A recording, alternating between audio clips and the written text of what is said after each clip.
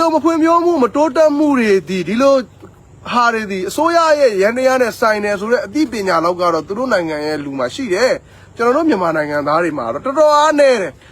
ဟာဟိုခိုးလို့ဒီခိုးလို့ကျွန်တော်ပြောပြမယ်တော်လန်ရေးမှာလင်းကအိမ်ဝယ်လို့ပန်ဆယ်လိုကအိမ်ဝယ်လို့ကိုဆွဲကကားဝယ်တယ်ဘာဖြစ်တယ်ညာဖြစ်တယ်စကားစားလူတွေကပြောတယ်ကိုလူတွေလည်းပြောတယ်တကယ်ဝယ်လားမဝယ်လားကျွန်တော်ကတော့မဝယ်ပါဘူးနော်ဒီကိုလင်းတို့ကတော့ဘာဝယ်တယ်လို့ပြောလို့ရဒါပေမဲ့လင်းဆိုတာဘလို့ကောင်းလဲဘလို့ background လဲဘလို့အနေထားကြီးတယ်ဘလောက်ထိ popular ဖြစ်လဲဘလောက်ထိကြော်ကြားတယ်ဘလောက်ထိချမ်းသာခဲ့လဲဘလောက်ထိပြည့်စုံခဲ့လဲဆိုတာတွေမတွေ့ဘူး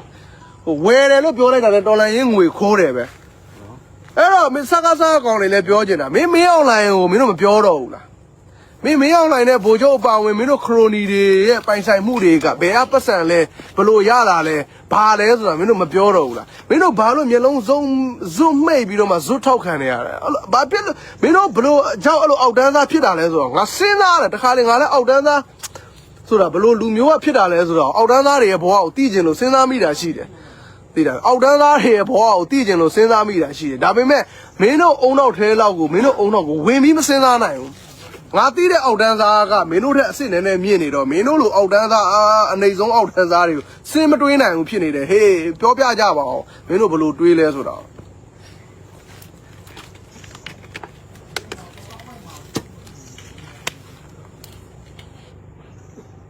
အဲ့တော့ကျွန်တော်တို့ကတော့အခုကတော့ FF ကျွန်တော်တို့ဒီ Justice Soldier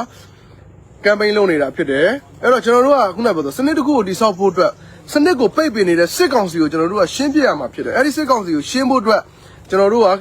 ဒုံးစီးတရား campaign လုပ်နေတယ်ဆန္ဒရှိရင်ပါဝင်လို့ရတယ်ဆန္ဒမရှိရင်မပါဝင်လို့ရတယ်အာမချောင်နဲ့ဒါပဲ